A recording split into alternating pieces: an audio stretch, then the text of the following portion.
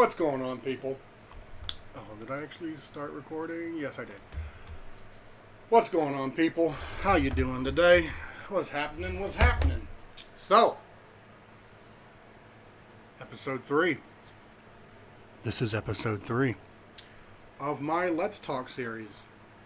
And today we're going to talk about Islam. But, to recap last episode, I talked about my background, my very fun education career, and my childhood. Oh, and how I came to Islam. Fun stuff. You should go listen to it if you haven't. But today we're going to talk about Islam, and while we're doing that, I am going to make some art. Channel art, actually. Don't know what it's going to be yet. It's going to be some kind of fractal. But it's going to be fun, hopefully. And this is going to be kind of a critical, because I'm talking about Islam, I'm going to be more focused, a little more serious. If you happen to be watching the video, there might be pauses where I'm not doing anything. So, it is what it is, right? That's what we want. We want this or that. Let's do that. So, Islam. What is Islam? There's so many videos and things out there talking about what Islam is. And generally speaking, my problem with all of them, or most of them, is that they get too philosophical in how they sound. So you'll hear people and they'll be like, oh man, Islam is peace, and it's, they'll try to have this kind of hippie kind of vibe, like it's peace and it's about community and blah blah blah, and it's like this and that, and I don't like these kinds of videos, right? Because they're not someone searching for the truth. They're not searching for they want you to get to the information now. And so many times these videos, they just don't provide the information, or they don't they're just they're reminiscing of the good times or something. Like they're not really going in depth, right? Or even sometimes they don't even mention the basics, right? So I figured I would put my video into the pile. One moment.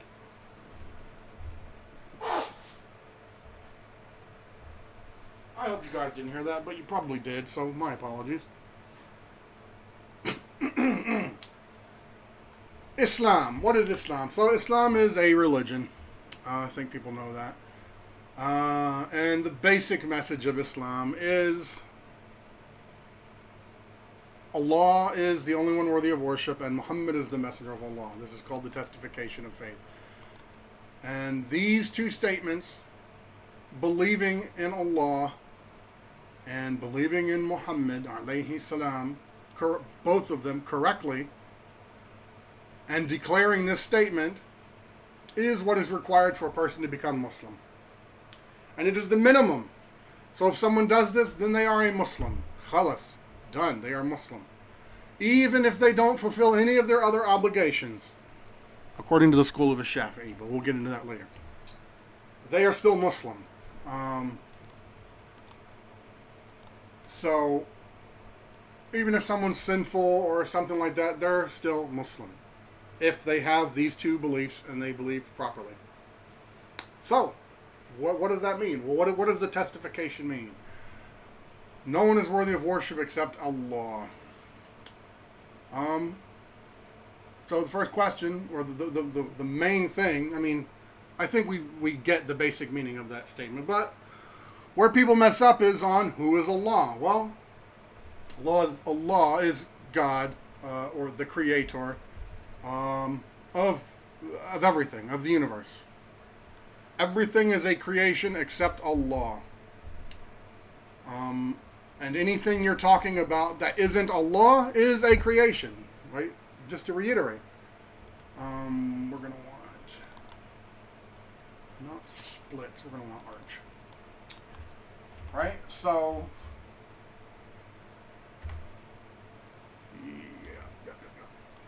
who is Allah? Okay, Allah is attributed with 13 attributes. And these are the attributes that a Muslim is obligated to know.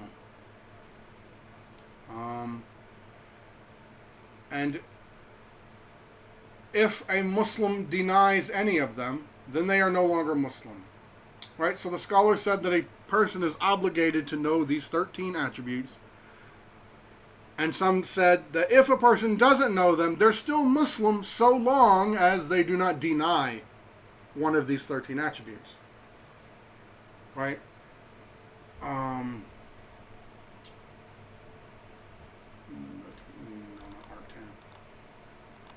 So, what are the 13 attributes? They are existence, oneness, everlastingness, eternal or beginninglessness, power, knowledge, will, hearing, sight, life, kalam, non-neediness, and non-resemblance. 13 attributes. Let's go over them. First one, existence. Allah exists, right? The Creator exists.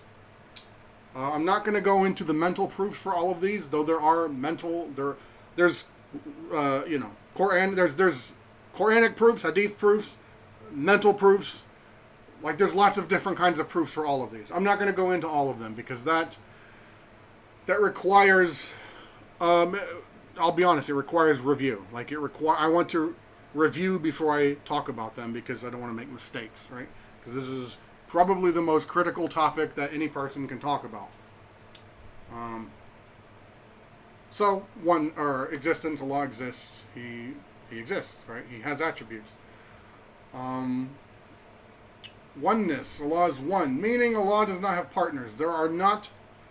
Allah is the only one who has the power to create. There are no other ones that have the power to create.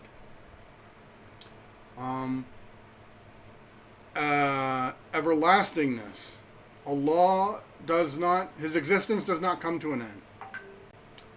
And beginninglessness, or eternality, you could say. Allah's existence does not have a beginning. Allah is not a sequence. All of the other creations are sequences, right? Creations by their nature are a sequence of events. They don't exist, and then they exist, and then they change. They go through a series of changes forever until they stop existing. So they're sequences. 1, 2, 3, 4. No, or power. Allah has power. When we say Allah has power, this means that Allah has power over the creations. Some people misunderstand this. Oh, hold on, I got a phone call. Yes. Huda. Anyways, some people, they say, or they misunderstand Allah's power, and they say, well, can Allah do something, or can the Creator, because it's not just, they'll say, can Allah or can the Creator do something which contradicts himself? Now, they don't say it that way. They'll say, can God create another God, or can God create a rock that he can't lift, or can God do this or that or that? The response to that from the Muslims is that Allah's power is not related to himself. Meaning, Allah does not change. Allah is not a configuration of parts or, something with a configuration or a state. Obviously. So, it stands to reason that clearly when we're talking about Allah's power, we're talking about his power to change the creation. Right? Because that's what power is. It is one might say it is the ability to change things or to, create things. And of course, what is created by definition is a creation, and what changes is also by definition a creation. Because that means it has a configuration. And something that has a configuration, needs something to configure it. Anyways, power, knowledge. Allah knows everything. Let's get some different colors here. Allah knows everything, actually. What I'm looking for.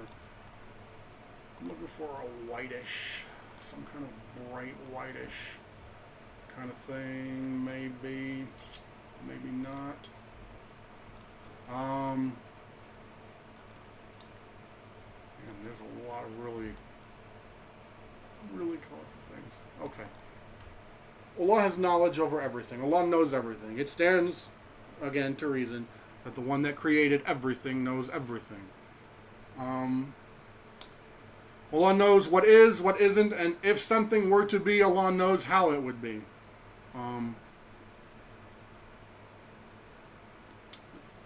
This also, of course, which we'll get into later, means that there is destiny, because Allah knows the future, right? Since Allah is the creator of everything, and Allah knows everything, then that means the future is set in stone. So there's destiny. But humans do have a will, and we'll get into that later. Will, speaking of, Allah has a will. And Allah's will is Allah's designating the creations to be how they are. So the creations are configured, or they have whatever status, manner of being that they have, because Allah willed for them to have that. Looking for something else. Oh, that looks kind of nice.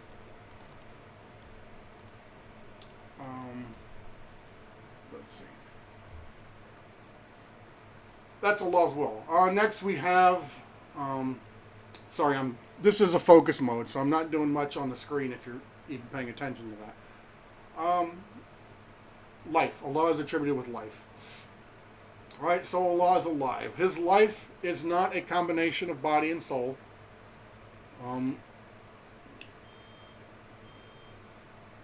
Allah has actions, like He acts. He does things, you could say.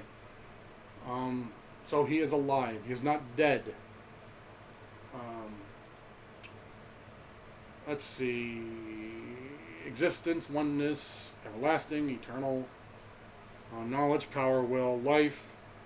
Hearing and sight. Allah is attributed with hearing, and Allah is attributed with sight. He hears all that can be heard, and He sees all that can be seen, without the need of a tool, without needing an eye or an ear or anything like that. That's 10. 11, kalam. Allah is attributed with kalam. People tend to translate kalam as speech. I do not prefer this translation, because Allah's kalam is not a language, it is not a sound, it is not a combination of sounds, it is not letters, it is not, these units that we call words. Like, it's not any of that. It's not anything from the creation. But kalam is Allah's attribute of, you might say, making things known or revealing things. Some people might say communicating. Though that can be problematic, but we're not going to get into that. But it's something people say. Non-neediness. Number 12. Allah does not need anything. He does not need anything in the terms of, like, in order to create, He doesn't need material, for example. He doesn't need tools. But He also does not need space in order to exist, because He is not a body. He does not need a configuration, because He is not a combination of bodies. He does not, he's not, He doesn't have volume. Doesn't need dimensions, height, width, etc. And finally, non-resemblance. Allah does not resemble anything. He's not a body. He's not a form. He's not a color. He's not a shape. He doesn't have body parts. Even though there are words used in the Quran, those words do not refer to body parts. They are figurative. The Quran says that there are ayats that are literal and there are ayats that are figurative. Muhkam and mutashabihat. But we're not getting into all that. Just know that Allah does not resemble anything. He's not, as some might say, the big man in the sky. He's not in the sky. He's not in the direction. Allah is not in the Kaaba. He's not in the sky. He's not in a location. And those are the 13 attributes. So a person needs to know, we'll just say a person needs to know that in order to be, well, and the next knowledge I'm going to go over, in order to be Muslim, right? If a person denies or belies or belittles any of these attributes, even if they don't know about them, then they fall out of Islam, right? So if someone's a Muslim and then, they say that Allah is in a place, then they're not Muslim anymore. And the reason I mention that is not, I don't want to get into the subject of apostasy. That's a big subject, but I mention that to show that these are the minimum. These are the basic kind of pieces of knowledge that a person has to abide by. They're obligated to know them, but as I said, according to some scholars, if they don't know them, they're still Muslims so long as they do not deny them. But that's who Allah is, right? Next, we have the second half of the testification of faith, which is that Muhammad is the messenger of Allah. What does this mean? First, what is a messenger? Right? So in Islam there are prophets. Prophets are people who come to teach people the truth and to call people to the truth and to forbid the evil and enjoin the good. So to encourage people to do good and to enforce what is good and to forbid what is evil and encourage people to stop doing evil. That is their quote-unquote job. That is what a prophet does. There have been over 100,000 prophets.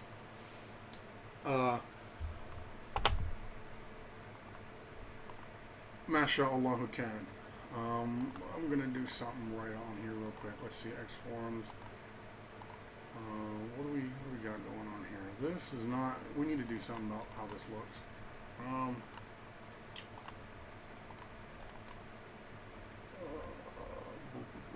I'm liking that. Let's do this real quick.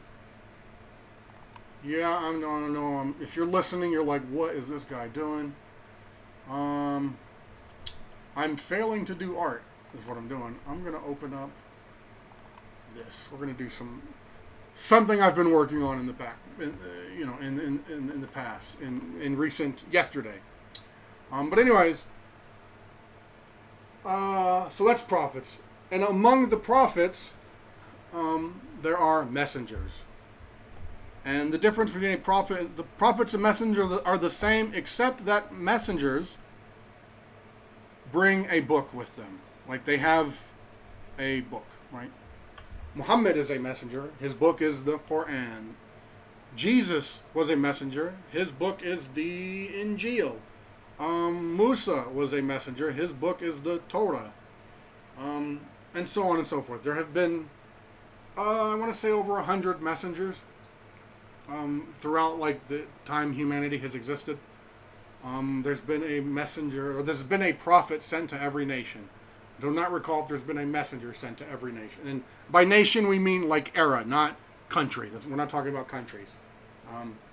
We mean like era of time. And prophets have certain attributes that a person needs to keep in mind. And they need to not belie, belittle, or deny them. So, what are the major attributes of prophets? First, they always tell the truth. They never lie. Just one moment. They never lie. And this means also that they never tell lies which are permissible to tell. Because there are lies which are permissible to tell. For example, if someone is coming to unjustly kill a Muslim, for example, and they come to you and they say, where is that Muslim? Where is this person? You can lie and you can say, oh, they're over in that such and such place. Right? You can lie to protect them. Prophets do not tell lies, even lies which are permissible, so they wouldn't do this. In fact, they would more likely face the person who's attempting to commit the sin, right? But anyways, they are not ugly. They're not repulsive. They do not have anything about them which pushes people away, right? Because that goes against their purpose. Their purpose is to call people to Islam. So they have the best manners. They have the best, character. They have, they're handsome, right? They don't have anything about them that prevents them from doing, their job, right? They don't have a speech impediment, for example. They don't make slips of the tongue. They don't make, errors in their speech. They're just, another thing, very important. They're always Muslim, even before they, I guess you could say, enter the office of prophethood. They're Muslim. Like Muhammad alayhi salam was Muslim before he started calling people to Islam. They're always Muslim. They do not commit any major sins. Right? Sins in Islam are broken into roughly 3 categories. They're in multiple categories. We'll just leave it at that. But they do not commit any major sins. They do not commit any small sins which show defect in character. But it is possible, and this is in the Quran, that they might commit a small sin which does not show any defect in character. The famous example is Prophet Adam alayhi salam. And the result, it's known, right? This is clear. But they immediately repent from it. Immediately, before anybody emulates it.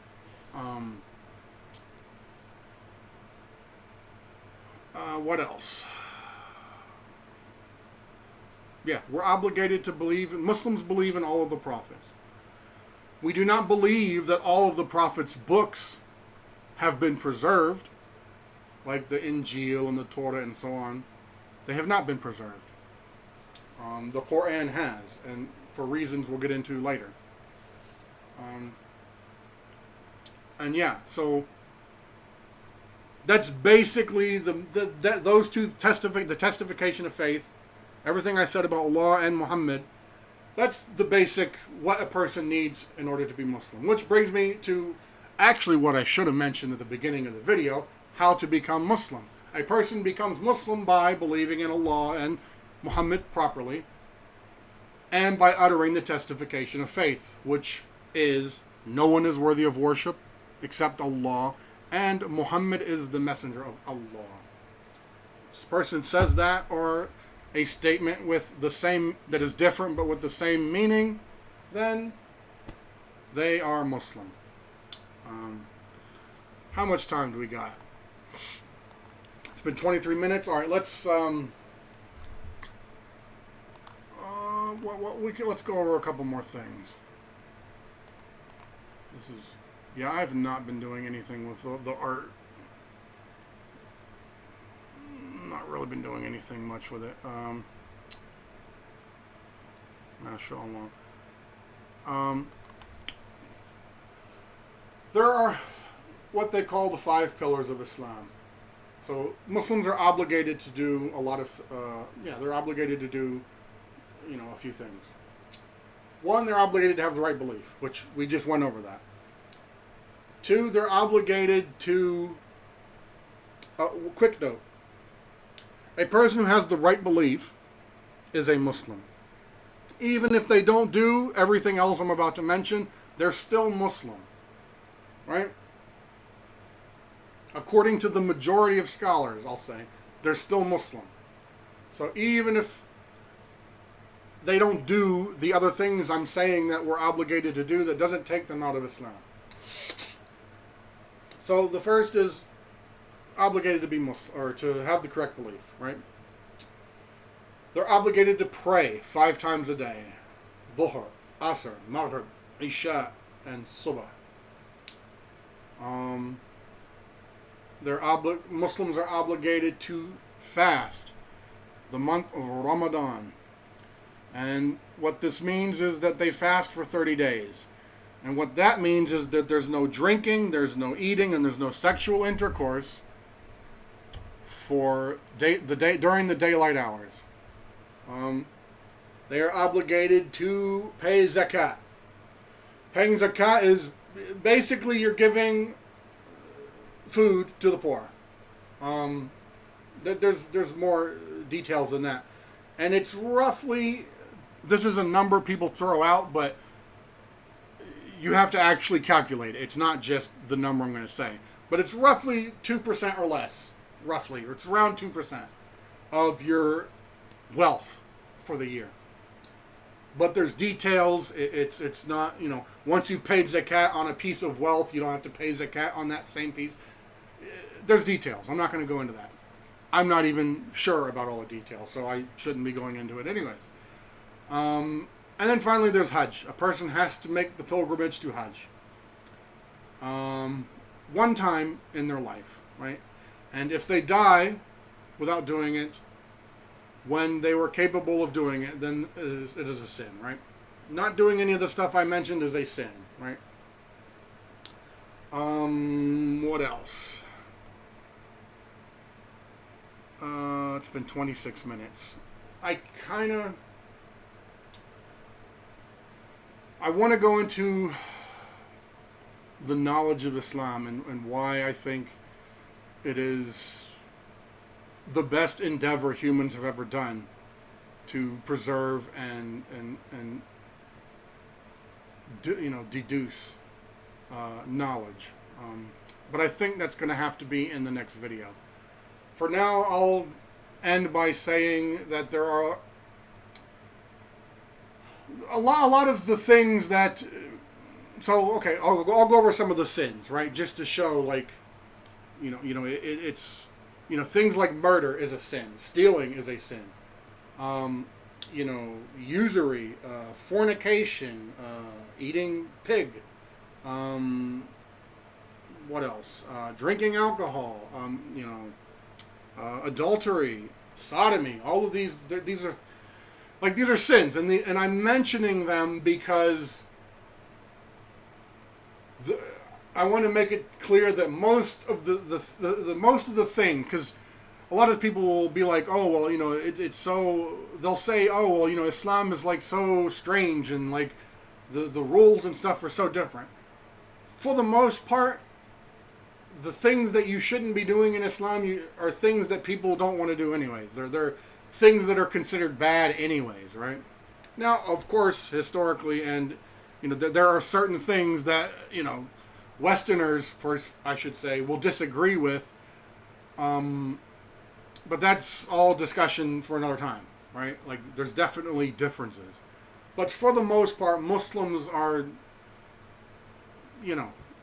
we want good for everybody, and we strive to do that. And the rules that we follow are a reflection of that desire, right? So, mashallah, I think that is a good place to stop for now.